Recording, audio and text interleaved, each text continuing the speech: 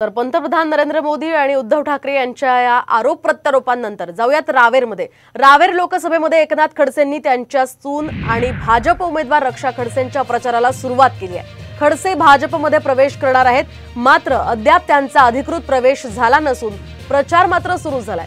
सुनेच्या विजयासाठी मतदारसंघामध्ये त्यांनी जोर बैठका घ्यायला सुरुवात केली आहे। रक्षा खडसेंचं कार्य हे मतदारांपर्यंत पोहोचवा असं आवाहन यावेळी खडसेंनी केलंय। रावेरमध्ये रक्षा खडसे विरुद्ध महाविकास आघाडीचे श्रीराम पाटील असा हा सामना रंगणार आहे आणि त्याच पार्श्वभूमीवर खडसेंनी प्रचाराला सुरुवात केली आहे। तर राष्ट्रवादी काँग्रेस पक्षातून ते भाजपमध्ये जाणार असल्याची चर्चा सुरू आहे, मात्र त्यांचा अधिकृत प्रवेश अद्यापही झाला नाहीये। या संदर्भातली माहिती त्यांनी स्वतः दिली आहे आणि आता त्यांनी रावेरमध्ये प्रचाराला सुद्धा सुरुवात केली आहे। त्या पार्श्वभूमीवर विविध ठिकाणी त्या बैठका घेत आहेत आणि यासोबतच कार्यकर्त्यांशी सुद्धा बोलतायत, नागरिकांशी संवाद साधतायत।